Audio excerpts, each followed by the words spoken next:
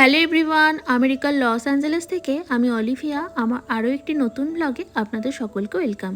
আজকে ব্লগটা শুরু করলাম বাড়ির পাশের এই টিয়া পাখিগুলোকে দেখিয়ে। এগুলো টিয়া পাখি কিনা জানি না, তবে এক ঝাঁক এসেছে আর কিচিরমিচিরটা কতকটা টিয়া পাখির মতো। এই যে এবার চলে এলাম রান্নাঘরে। আজকে বানাবো মাশরুম দিয়ে চিকেন।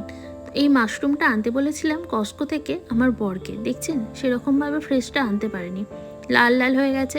তাই ভাবছি যতটা সম্ভব তাড়াতাড়ি করে নিই, যতটা পারবো আজকে করে নেব, কিছুটা রেখে দেবো, এতটা তো করা সম্ভব নয়, তারপরে বাকিটা আরেকদিন করব।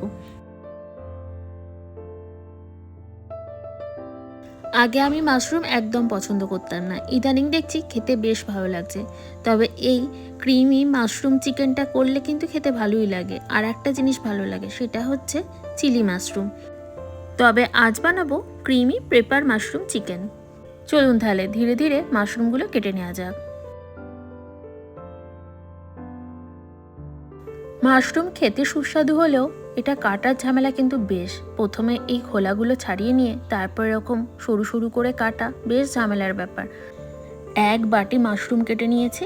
এরপর চলুন এইগুলোকে আগে নুন দিয়ে ভাপিয়ে নিই। এই যে আমি এটার মধ্যে সামান্য নুন দিয়ে দিচ্ছি আর দিয়ে দিয়েছি জল। এরপর মাইক্রো ওভেনে কিছুক্ষণ টাইমের জন্য একটু ঘুরিয়ে নেব।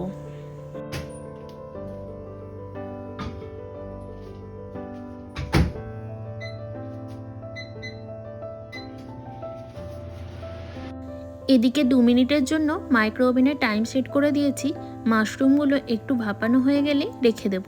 আর এদিকে চলুন চিকেনগুলো কেটে নিই। আমরা যে গোটা চিকেন কিনে আনি সেই চিকেনের ব্রেস্ট পিসগুলো আলাদা করে রেখে দিই, কারণ আমার আর আমার বরের দুজনেরই এই সলিড মাংসের পিসগুলো ভালো লাগে না। সেই কারণে এইভাবে রান্না করি, নয়তো করে নিই চিলি চিকেন আর নয়তো এইভাবে কিছু একটা বানিয়ে নিই। আমরা দুজনই যেহেতু এই সলিড মাংসের পিসগুলো পছন্দ করি না, যখন মাংসের ঝোল বানাই তখন এই সলিড মাংসের পিসগুলো পড়ে পড়ে লাস্টে কাঁদে। সে লাস্টে ফেলে দেবো কেন, সেই কারণেই এইগুলোকে আগে থেকেই আলাদা করে রাখি। এইভাবে কেটে নিই, একদম বোনলেস চিকেনের মতো হয়ে গেল। এরপর আমি আমার পছন্দ মতো রেসিপিগুলো বানিয়ে নিতে পারবো। এই যে এর মধ্যে আমি দিয়ে দিলাম মরিচ গুঁড়ো, একটু বেশি পরিমাণে পড়ে গেল, তবে আর কি করা যাবে। এখানে এবার দিয়ে দিলাম একটু রসুনের গুঁড়ো।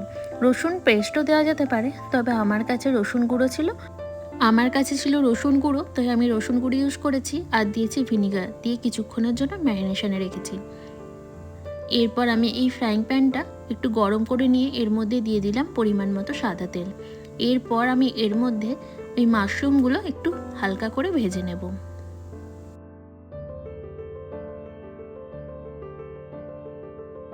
খুব বেশি ভাজার দরকার নেই, হালকা তেলে সতে করে নিলেই হবে।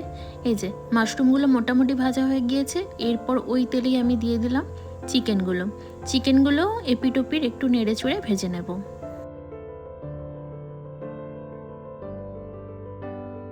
এই যে দেখুন চিকেনগুলো মোটামুটি ভাজা হয়ে গেছে। এক পিঠ ভাজা হয়ে যেতে আবার উল্টে দিচ্ছি, আরেক পিঠটা ভাজা হয়ে যেতে আমি তুলে নিলাম। এরপর দিয়ে দিলাম এর মধ্যে রসুন কুচি, রসুনগুলো একটু ফ্রাই করে নেব। তারপর এর মধ্যে দিয়ে দিলাম আমি ময়দা, সামান্য ময়দা দিয়ে তেলের মধ্যে ময়দাটাকে একটু নেড়ে নেব। এটা বাটারও ইউজ করা যায়, তবে আমি সাদা তেল ইউজ করেছি। আর তারপর ময়দাটা একটু ভাজা হয়ে যেতে তেলের সাথে আমি এর মধ্যে দিয়ে দিয়েছি সামান্য পরিমাণে জল। জলটার সাথে ময়দাটা ভালো করে গুলে নেব। এর মধ্যে আমি এবার দিয়ে দেব মাশরুম আর চিকেনটা। চিকেন আর মাশরুমটা দেওয়ার পরে ভালো করে এর মধ্যে মিক্স করে নেব।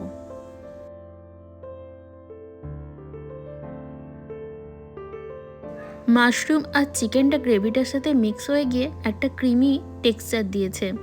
এরপর আমি এর মধ্যে দিয়ে দিলাম কেটে রাখা কাঁচা লঙ্কা।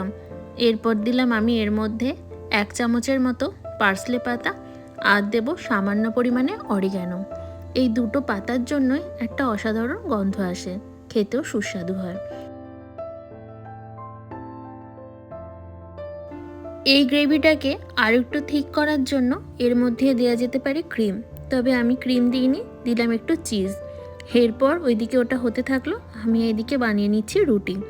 এই যে আটা মেখে রুটি করছি, রুটিগুলো দেখছেন বেশ গোল গোল হয়েছে কিন্তু। চলুন এবার তাড়াতাড়ি কয়েকটা রুটি আমি সেঁকে নিই। এখানে চাটু পাইনি, সেই কারণে এই আয়রনের তাওয়াটা কিনেছি, এতে রুটিগুলো বেশ ভালোই হয়।